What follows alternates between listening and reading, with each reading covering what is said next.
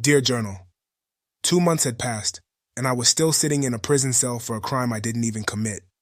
Was I completely insane for waiving my rights for a trial by my peers? I accepted free counsel instead of using the funds my late parents left for us. Man, I don't know what I was thinking. I never thought that things would end up the way it did. I'll begin with the night my parents were killed in a car accident. That was the very night my life changed forever. I was 17 years old. I was up late studying for my history final and waiting for my parents to return home from one of their weekly date nights. They had been married for 20 years and were still so in love.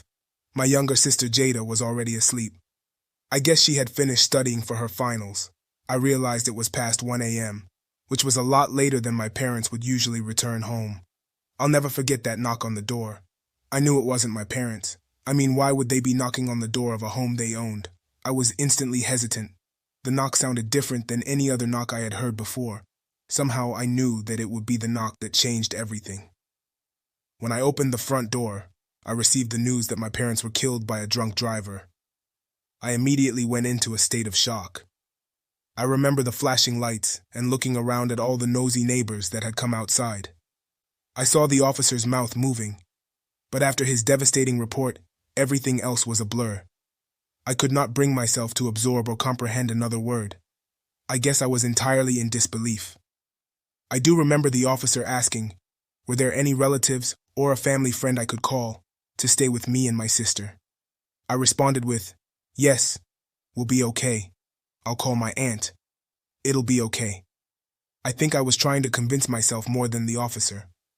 The officer handed me a card. I vaguely remember what it was for.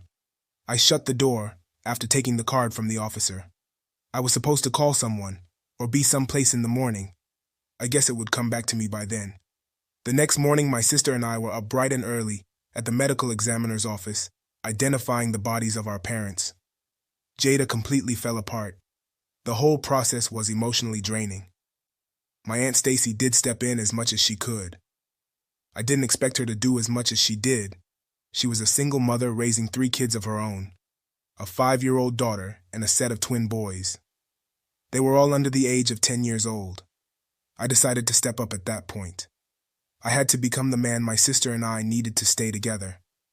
Besides, I was in my last semester of high school and only a few weeks away from my 18th birthday.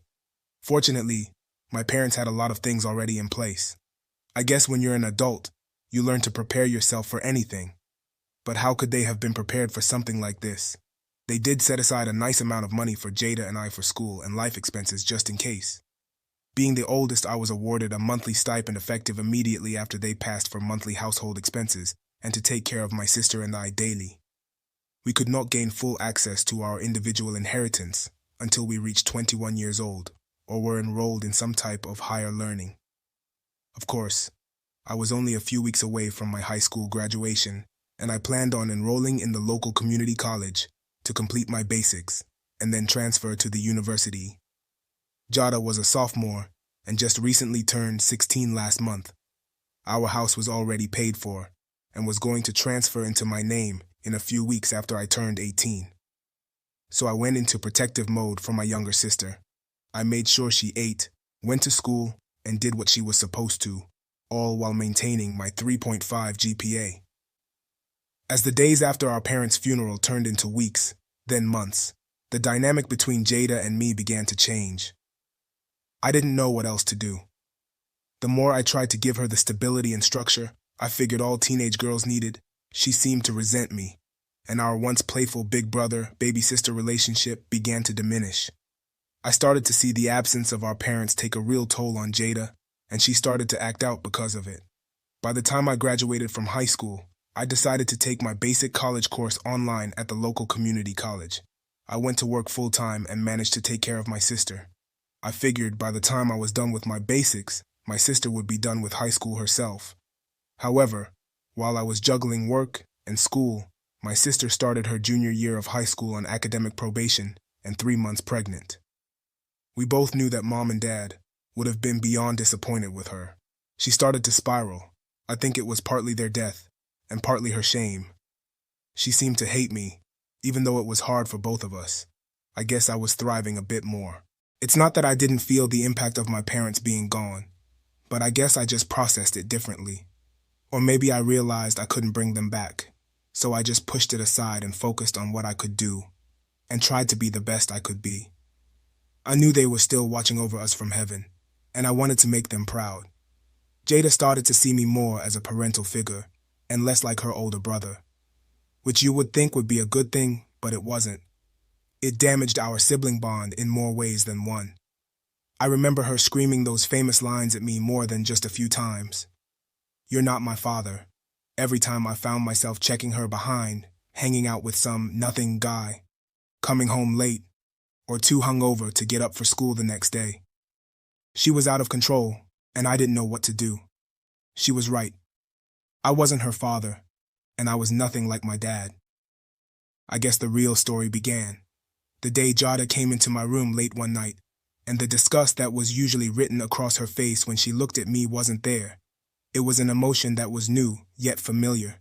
Something had happened, and Jada needed her big brother. I got up quickly from the homework I was working on and said, "What's up, Jada? Are you okay? This better not be about one of those knucklehead punks. Did they touch you?"